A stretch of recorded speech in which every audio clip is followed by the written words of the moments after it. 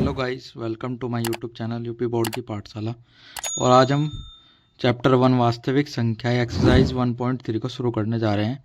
तो इसका जो पहला क्वेश्चन है वो पहला क्वेश्चन है कि सिद्ध कीजिए कि रूट 5 एक अपरिमेय संख्या है। तो इस एक्सरसाइज में जो हम युक्ति प्रयोग करेंगे वो होगी विरोधायुक्ति द्वारा उपपत्ति। तो इसमें करना क्या है कि जो हमने दिया हुआ है कि रूट 5 एक अपरिमेय संख्या है, तो हम इसके विपरीत मान लेते हैं कि माना रूट 5 एक परिमेय संख्या है। तो हमने इसके क्या करा कि इसके विपरीत मान लिया। हमें दिया हुआ था कि रूट 5 एक अपरिमेय संख्या है, तो हम मान लेते हैं कि रूट 5 एक परिमेय संख्या है, क्योंकि हमें ये सिद्ध करना है कि रूट 5 एक अपरिमेय संख्या है। तो क्या होगा कि रूट 5 अगर एक अपरिमेय संख्या है तो जो रूट 5 है वो ए बटे बी के रूप का हो सकता है, क्योंकि जो परिमेय संख्याएं होती है वो पी बटे क्या हो की रूप की होती हैं। तो हम यहाँ पे पी की जगह ए मान लेते हैं और क्या हो की जगह बी मान लेते हैं। जो ए और बी है वो एक सहभाज्य है, एक सहअभाज्य है, को प्राइम है। तो इसमें होता क्या है कि जो और ए और बी है उसका जो ए और बी उनके एक के अलावा ए और बी का कोई और गुणनखंड नहीं होगा।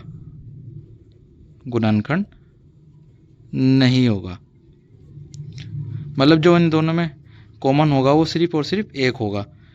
मतलब अगर ए और बी को देखा जाए तो सिर्फ इन दोनों में एक ही कॉमन होना चाहिए, क्योंकि जब भी ये परिमेय संख्या बनती है। तो करते क्या है कि जो रूट 5 बराबर ए बटे बी आया है इसको सोल्व करते हैं। तो ये बी जो है हमारा यहाँ इधर चला जाएगा गुना में, तो ये हो जाएगा बी रूट 5 बराबर ए। अब क्या करते हैं कि दोनों तरफ का वर्ग कर लेते हैं, दोनों तरफ का वर्ग करने पर। तो दोनों तरफ का वर्ग करने पर रूट 5 तो हो जाएगा 5, और जो बी हो जाएगा वो हमारा हो जाएगा बी स्क्वायर, और जो ए हो जाएगा वो हो जाएगा ए स्क्वायर। तो हमें यहाँ से देखिए ये प्राप्त होता है कि ए स्क्वायर जो है हमारा ए स्क्वायर है उसके गुणनखंड है 5 और बी, क्योंकि जो ए स्क्वायर है हमारा कोई पूर्णांक है, तो इसके जो अभाज्य गुणनखंड होंगे वो हमारे हैं 5 और बी। और जो अभाज्य गुणनखंड होते हैं, जो भी कोई अभाज्य गुणनखंड होता है किसी संख्या का, वो उसको पूरा डिवाइड कर लेता है। तो इससे हम ये कह सकते हैं कि जो 5 है 5 ए को पूर्णतः विभाजित कर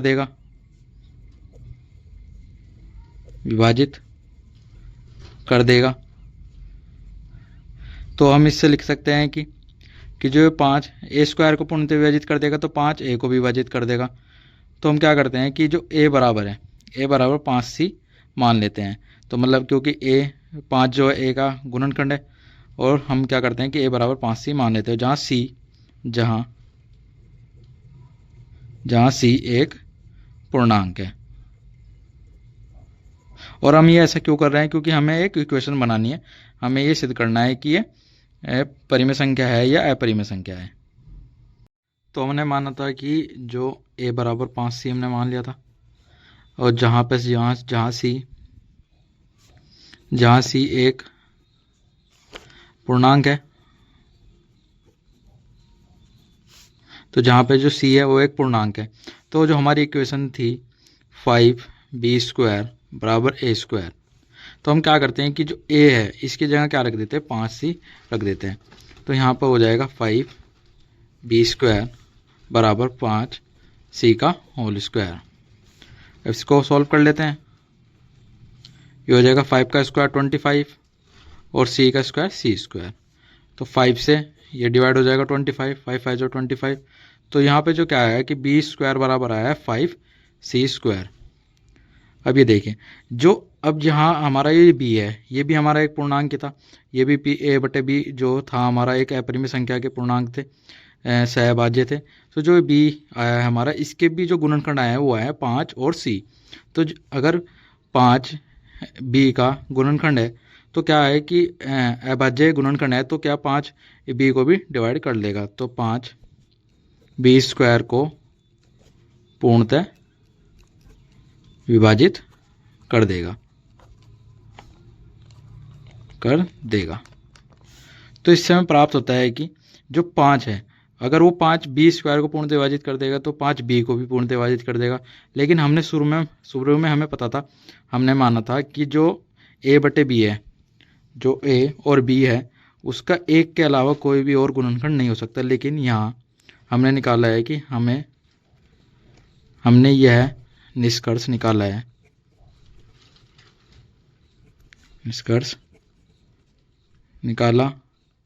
है कि जो ए और बी का गुणनखंड क्या है, 5 है, बराबर 5। क्योंकि 5 दोनों को पूर्णतः डिवाइड कर रहा है, तो इस ए और बी का गुणनखंड क्या हो जाएगा, 5 हो जाएगा। लेकिन पूर्ण परिमेय संख्या होने के लिए ए और बी का गुणनखंड सिर्फ और सिर्फ 1 होना चाहिए और कोई नहीं होना चाहिए। तो हम बोलकर ये विरोधाभास हमें क्यों प्राप्त हुआ, यह है विरोधाभास हमें इसलिए प्राप्त हुआ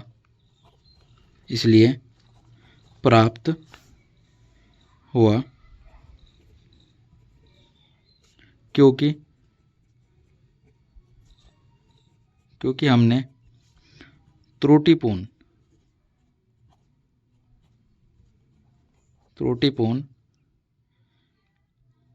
√5 को एक परिमेय संख्या मान लिया था।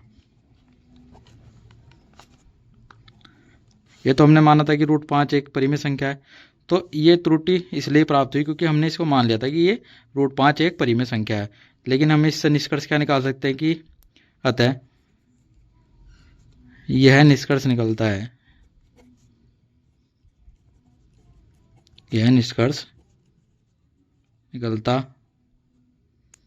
है कि √5 एक अपरिमेय संख्या है। क्योंकि ये जो परिमेय संख्या की जो शर्तें होती हैं उसको पूरा नहीं कर रहा है, तो ये एक परिमेय संख्या तो नहीं हो सकता। तो इसलिए ये क्या होगा, अपरिमेय संख्या होगा। और यही हमें सिद्ध करना था। तो इति सिद्धम, ये हमने सिद्ध कर दिया। तो अब हम अगले क्वेश्चन 2 की ओर बढ़ते हैं। तो हमारा क्वेश्चन 2 है कि सिद्ध कीजिए कि 3 + 2 √5 एक अपरिमेय संख्या है। तो इसको भी इसी द्वारा यूज करेंगे जैसे हमने पहला क्वेश्चन सॉल्व किया था। तो करते क्या है कि मान लेते हैं, इसके विपरीत मान लेते हैं कि माना 3 + 2 √5 एक परिमेय संख्या है। तो अगर 3 + 2 √5 एक परिमेय संख्या है तो 3 + 2 √5 बराबर a बटे b होगा। क्योंकि a जो b है वो परिमेय संख्या है और a और b पूर्णांक भी है। तो और a और b एक सहभाज्य हैं। ये हमने पहले क्वेश्चन में पढ़ा था। और एक के अलावा a और b का कोई उभयनिष्ठ गुणनखंड नहीं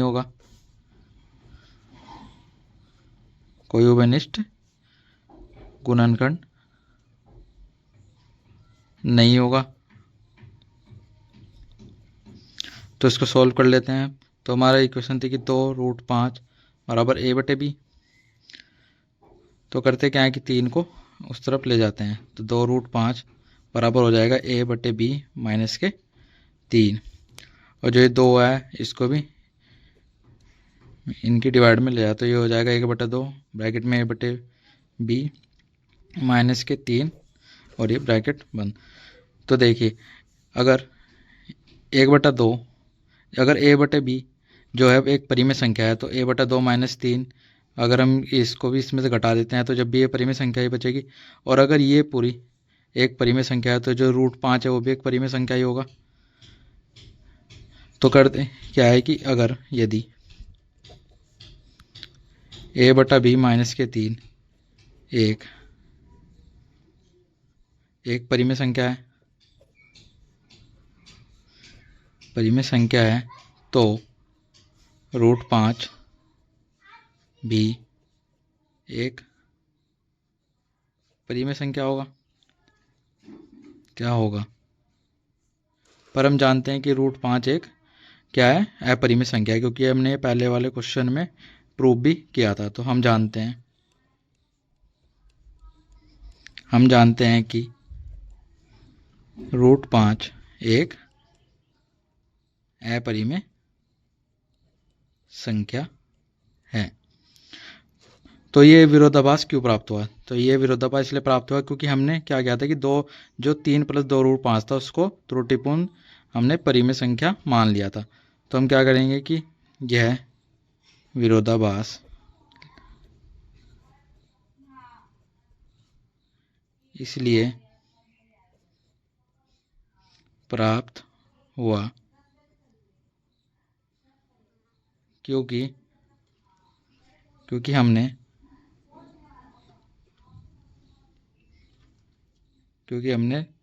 3 + 2√5 को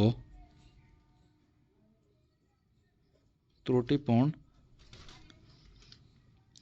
परिमेय संख्या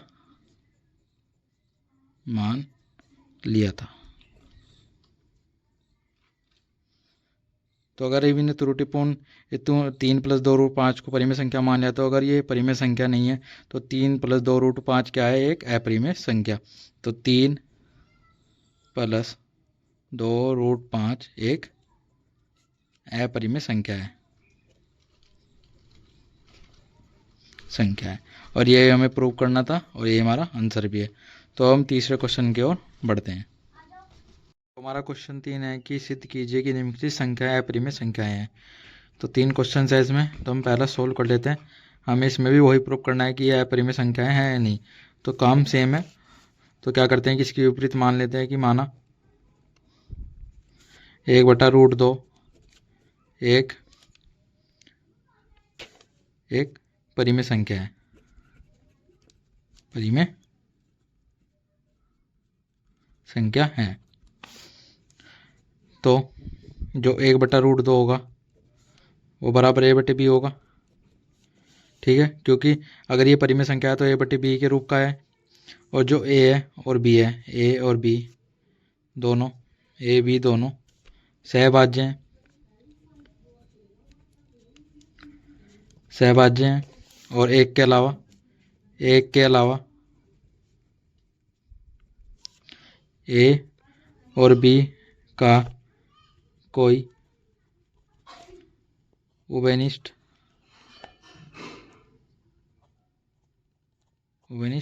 गुणनखंड नहीं होगा।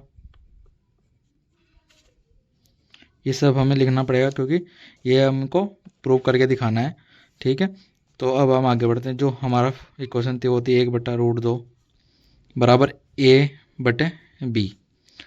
तो इसको सॉल्व कर लेते हैं। तो b बराबर हो जाएगा a√2 और यह ऐसे भी लिख सकते हैं कि √2 बराबर b/a। तो देखिए, तो जो b/a है वो हमारा एक परिमेय संख्या है, तो इस हिसाब से जो √2 है वो भी हमारा एक परिमेय संख्या होगी। तो ये यदि तो लिख लेते हैं, यदि b/a एक परिमेय संख्या है, तो √2 भी एक परिमेय संख्या होगा।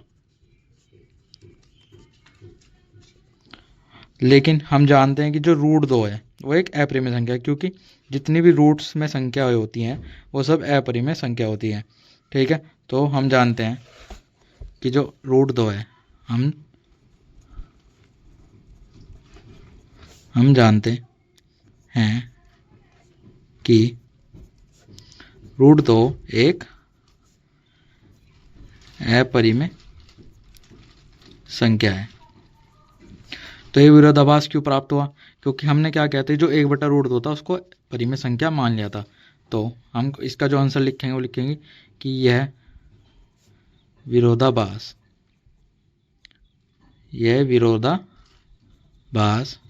हमें इसलिए प्राप्त हुआ क्योंकि 1/√2 को हमने त्रुटिपूर्ण परिमेय संख्या मान लिया था। परिमेय संख्या मान लिया था। तो अगर ये हमने त्रुटिपूर्ण से परिमेय संख्या मान लिया था, तो अगर 1/√2 परिमेय संख्या नहीं है तो 1/√2 क्या होगा? 1/√2 इसलिए 1/√2 अपरिमेय संख्या होगा, परिमेय संख्या होगी। और ये हमें सिद्ध करना था और ये हमारा आंसर भी है। तो इसका जो नेक्स्ट क्वेश्चन था उसकी ओर बढ़ते हैं। तो हमें अगला क्वेश्चन है कि 7√5 को बताना है कि यह एक अपरिमेय संख्या है, इसको सिद्ध करना है। तो करते क्या है कि इसका विपरीत हम मान लेते हैं कि माना 7√5 एक परिमेय संख्या है, परिमेय संख्या है। तो जो 7√5 है वो a/b के रूप का होगा, जहाँ पर a और b एक सहभाज्य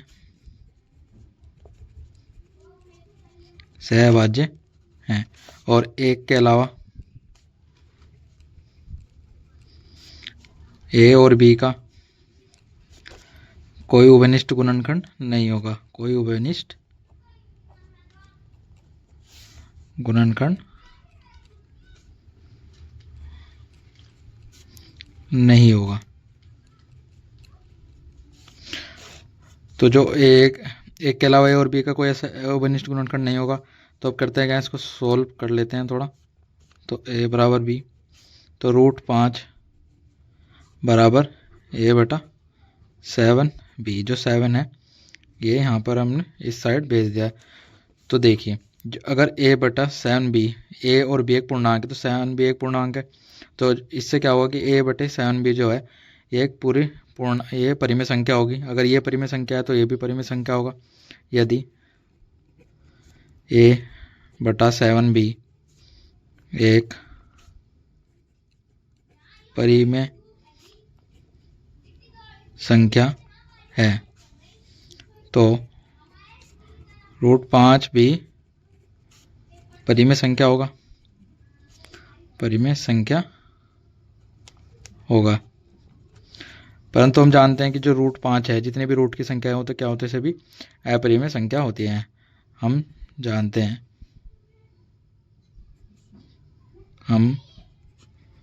जानते हैं कि √5 एक अपरिमेय संख्या है। तो ये विरोधाभास क्यों हुआ? क्योंकि हमने जो 7√5 था हमारा, इसको हमने जो त्रुटिपूर्ण हमने परिमेय संख्या मान लिया था, जो 7। तो यह है विरोधाभास, यह विरोधाभास हमें इसलिए प्राप्त हुआ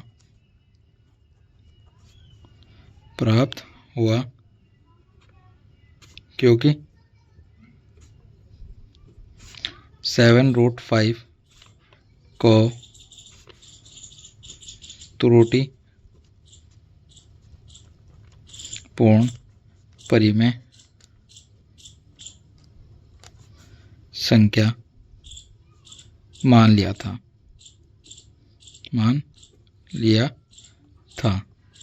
तो ये विरोधाभास इसलिए प्राप्त हुआ क्योंकि हमने जो 7√5 था हमारा, इसको हमने परिमेय संख्या मान लिया था। तो अगर ये 7√5 जो है हमारा, ये अगर परिमेय संख्या नहीं है तो ये क्या होगा, एक अपरिमेय संख्या होगा। तो जो 7√5 है यह है एक अपरिमेय संख्या होगा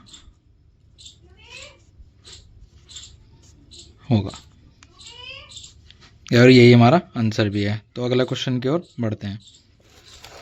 हमारा तीसरा क्वेश्चन है कि 6 प्लस के रूट 2 जो है इसको भी सिद्ध करना है कि अपरिमेय संख्या है या नहीं है। तो क्या करते हैं, इसको भी मान लेते हैं, इसका विपरीत माना 6 प्लस रूट 2 एक परिमेय संख्या है। तो हमने ऐसे एक परिमेय संख्या मान लिया। तो क्या जो 6 प्लस रूट 2 है वो a बटे बी के रूप का होगा, क्योंकि जो a और b है वो एक परिमेय संख्या है। ठीक है, अगर a और b परिमेय संख्या है तो a और b एक सहभाज्य हैं और एक के अलावा इनका कोई उभयनिष्ठ गुणनखंड नहीं होगा। उभयनिष्ठ गुणनखंड नहीं होगा।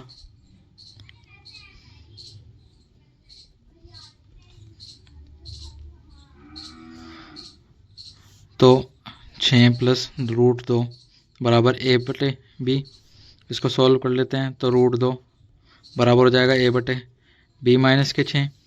तो देखिए जो a बटे बी है ये अगर परिमेय संख्या है, अगर इसमें 6 से घटा भी दे तो ये जब भी परिमेय संख्या ही रहेगा। तो अगर a बटे बी माइनस 6 एक परिमेय संख्या है तो रूट 2 भी एक परिमेय संख्या होगी। तो यदि a बटे बी माइनस के 6 एक परिमेय संख्या है तो रूट 2 भी एक परिमेय संख्या होगा। लेकिन हम जानते हैं कि जो रूट 2 है वो एक अपरिमेय संख्या है। तो हम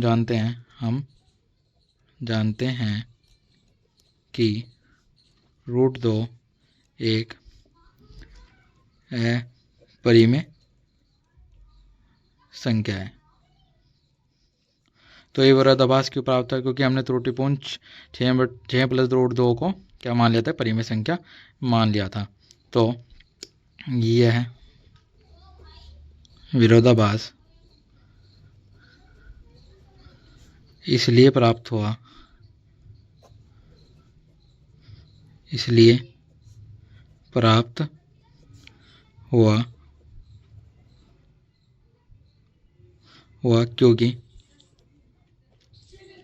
क्योंकि हमने 6 प्लस रूट 2 को त्रुटिपूर्ण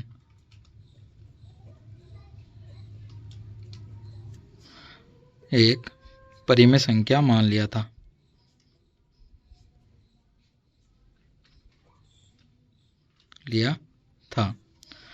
तो अगर ये 6 प्लस के रूट 2 है जो ये एक परिमेय संख्या नहीं है तो ये क्या होगा, एक अपरिमेय संख्या होगा। इसलिए